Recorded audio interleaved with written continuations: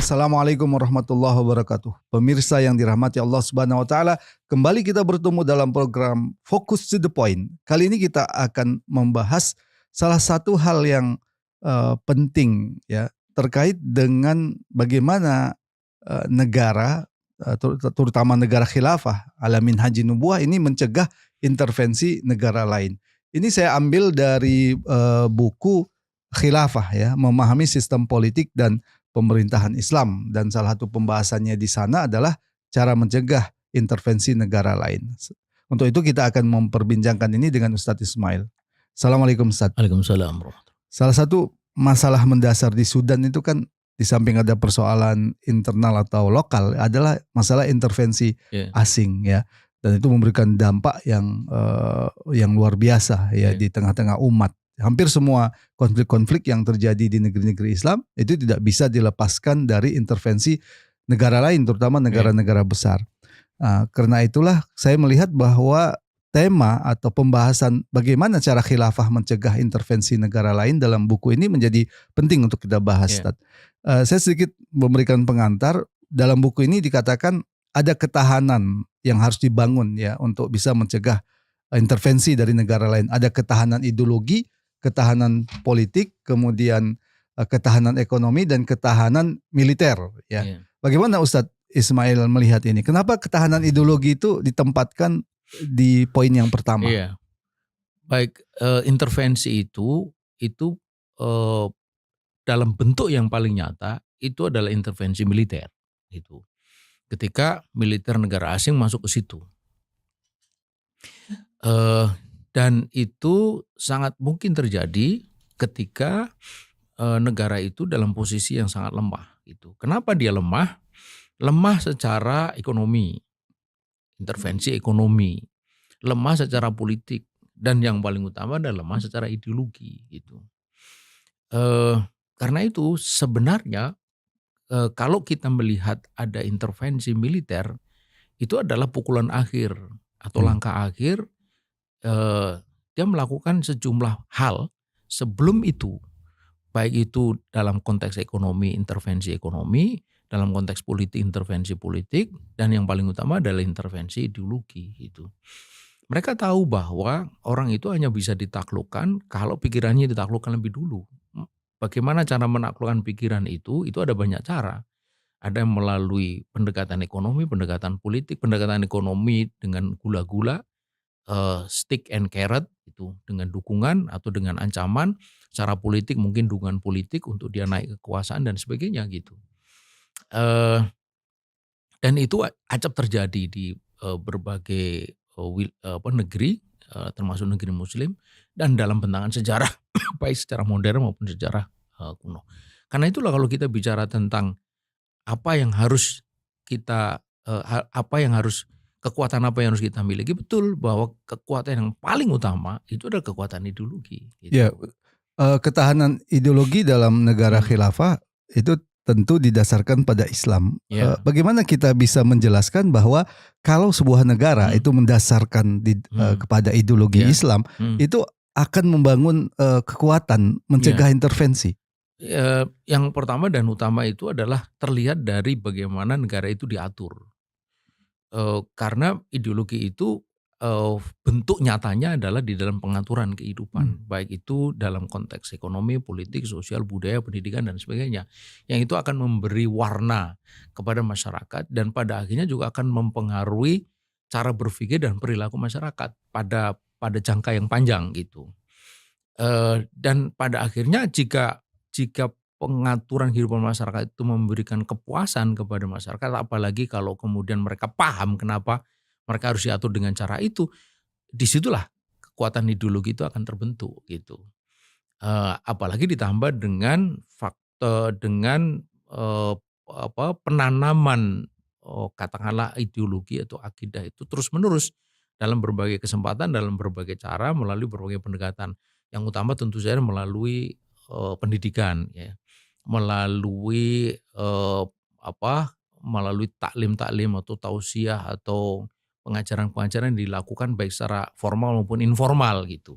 Melalui pidato-pidato para pemimpinnya, melalui dalam berbagai levelnya, itu mestinya mereka itu menyampaikan sesuatu yang bernilai ideologis. Kalau itu bisa terjadi, kalau itu dilakukan, maka apa yang disebut ketahanan ideologi itu akan terbentuk. Gitu. Ya, dalam ideologi Islam itu kan satu hal yang sangat-sangat mendasar adalah apa yang disebut dengan asyadah ya, menyerahkan kedaulatan atau asyadah li syar'i.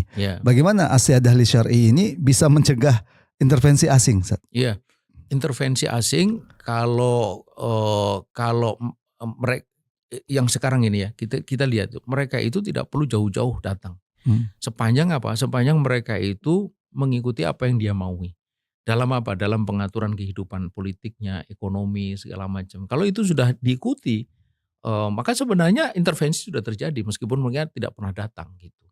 Militer itu kan untuk memaksa. Kalau tidak memaksa mereka sudah ikut, ngapain juga harus dipaksa kan gitu. Nah, karenanya maka apa yang disebut al-ghazwul fikri, perang pemikiran, perang ideologi itu menjadi garda paling depan sesungguhnya untuk melakukan apa yang disebut dengan intervensi ideologi. Dan buahnya itu adalah ketika negara itu bersetuju dengan apa yang disebut asyadah, kedaulatan versi mereka. Nah itu. Kalau versi mereka itu kedaulatan di tangan rakyat, yang artinya secara gamblang itu menggunakan hukum sekuler, menolak hukum Islam, maka intervensi sudah terjadi gitu. Jikapun ada syariah itu sebagai opsional saja.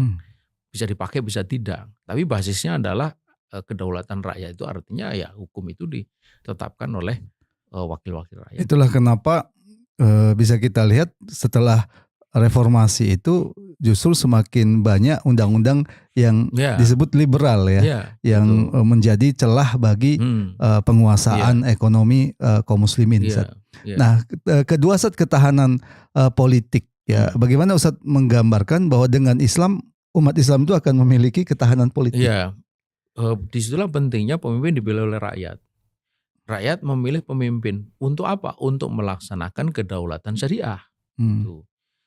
Ketika ada pemimpin yang tidak seperti itu, maka ketahanan politik itu akan menjaga terjadinya intervensi melalui lahirnya pemimpin-pemimpin boneka. Pemimpin boneka itu kan terlihat dari cara berpikirnya, dari perilakunya. Yang ini jika negara ini memiliki kedaulatan politik, tidak akan bisa masuk orang kayak begini gitu. Tetapi kalau tidak memiliki kedaulatan politik, jangan lagi apa yang terlalu ini, lewong sekedar ya seperti Fufafa itu bisa kan gitu negeri ini, bisa gitu. Jadi itu kan menunjukkan betapa bahwa politik itu sebenarnya bukan ruang yang tertutup baja tebal gitu, itu sangat mudah ditembus dengan gitu. Nah jadi kesana lah, makanya penting sekali pertama itu kesadaran politik umat atau rakyat, selain juga sistem yang diterapkan. Itu dua hal yang akan mengunci gitu. Ya, terkait dengan ketahanan politik itu tentu tidak bisa lepas dari sosok pemimpin ya. Bagaimana sosok pemimpin, terutama pemimpin negara di dalam Islam itu bisa tercegah dari intervensi? Apa yang harus ada dalam sosok pemimpin itu? Nah, makanya kemudian di sana itu ada yang disebut dengan syarat-syarat inqiyad. Dia laki-laki muslim, di situ aja udah kekunci kan, tidak mungkin dari orang kafir gitu. Adil, balik, merdeka, kemudian di situ mampu, itu kan syarat pokoknya. Syarat abduliannya dia mustahid dan sebagainya. Lalu dipilih. Ya, ketika dipilih itu berarti kemungkinan memang ada banyak pilihan, ada banyak calon. Nah, calon yang terbaik itulah yang akan terpilih. Apa yang menjamin penguasa itu walaupun dia dipilih dengan kriteria tadi itu bisa menerapkan syariat Islam? Memang tidak ada jaminan, tetapi yang pertama ketakwaan dia kepada Allah. Ketakwaan ya. Itu satu. Kemudian yang kedua kontrol dari masyarakat, kontrol dari partai politik itu. Yang membuat dia tidak ada ruang untuk menyimpang gitu. Sekali dia salah mengucap aja mungkin langsung. Jadi peran partai politik dalam Islam itu sangat penting. Sangat penting karena dia akan menjadi mata dari publik gitu untuk melihat penguasa. Tapi masyarakat sekarang kan melihat justru keberadaan partai politik itu menjadi legitimasi kebijakan-kebijakan penguasa begitu. Bagaimana mencegah itu? Ya karena memang basis dari kerja-kerja politik itu adalah politik transaksional. Karenanya maka apa saja yang bisa ditransaksikan itu terjadi. Perubahan undang-undang, pemilihan figur, itu semua transaksional. Nah, di dalam Islam mungkin saja itu terjadi karena kita bicara tentang manusia, tetapi dia dikunci oleh apa? Dikunci oleh sistem, oleh syariah itu, oleh ketakwaan, oleh amar ma'ruf nahi mungkar. Jadi ada banyak kunci-kunci yang tidak mudah diterobos begitu saja oleh mereka yang punya kepentingan-kepentingan politik sesaat. Terakhir Ustaz, ketahanan ekonomi ya. Kita mungkin ingin gambaran sederhana. Bagaimana sistem ekonomi Islam itu bisa mencegah intervensi negara-negara imperialis.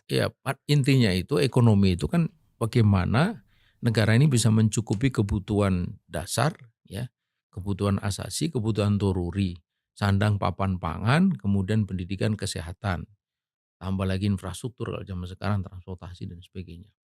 Ketika itu bisa dipenuhi, maka sebenarnya negara ini sudah memiliki basis ketahanan ekonomi yang kokoh gitu. Karena rakyat tidak akan punya alasan untuk ngapain juga saya harus melakukan sesuatu yang membuat apa yang sudah terjadi ini tidak berjalan dengan baik. Apalagi kemudian dia tahu bahwa ini semua didasarkan pada Islam.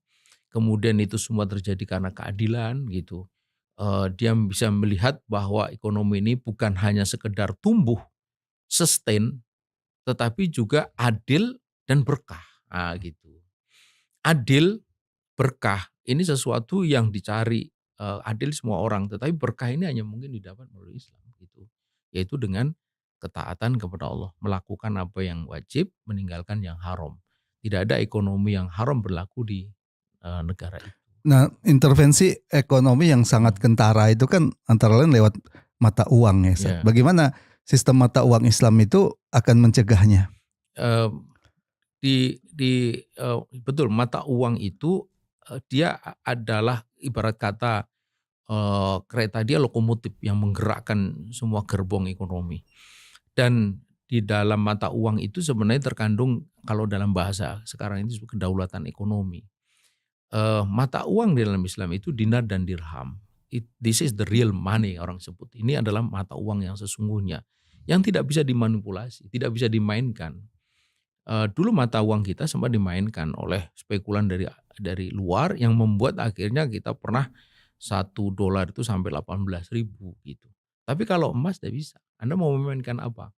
Kalau Anda mau menaikkan harga-harga, ini emas juga akan naik. Gitu. Kecuali kalau Anda kuasai emas seluruh dunia dan tidak boleh ada orang satupun. Dan itu tidak mungkin. Dan itu tidak mungkin. Nah, gitu. Karenanya maka ini satu hal yang dilupakan oleh orang sekarang ini. Jadi intervensi ekonomi sangat mudah dilakukan oleh Amerika sekarang ini dengan dolarnya itu. Gitu.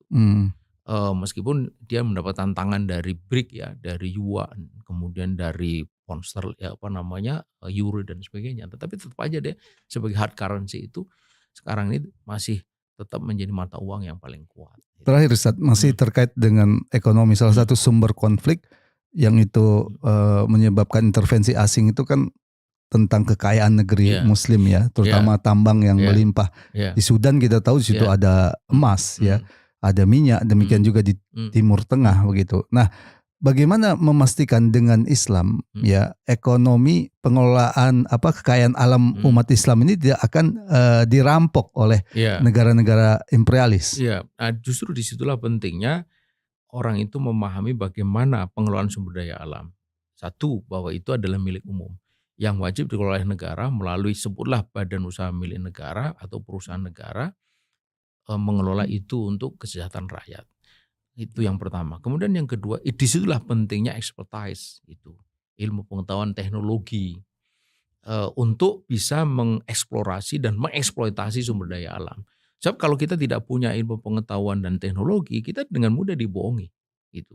Sekarang bagaimana kita bisa percaya bahwa di sini dry hole misalnya kalau kita ngebor, kalau kita tidak punya pengetahuan, padahal itu isi. Ini hanya 10, padahal di sini 100. Gitu.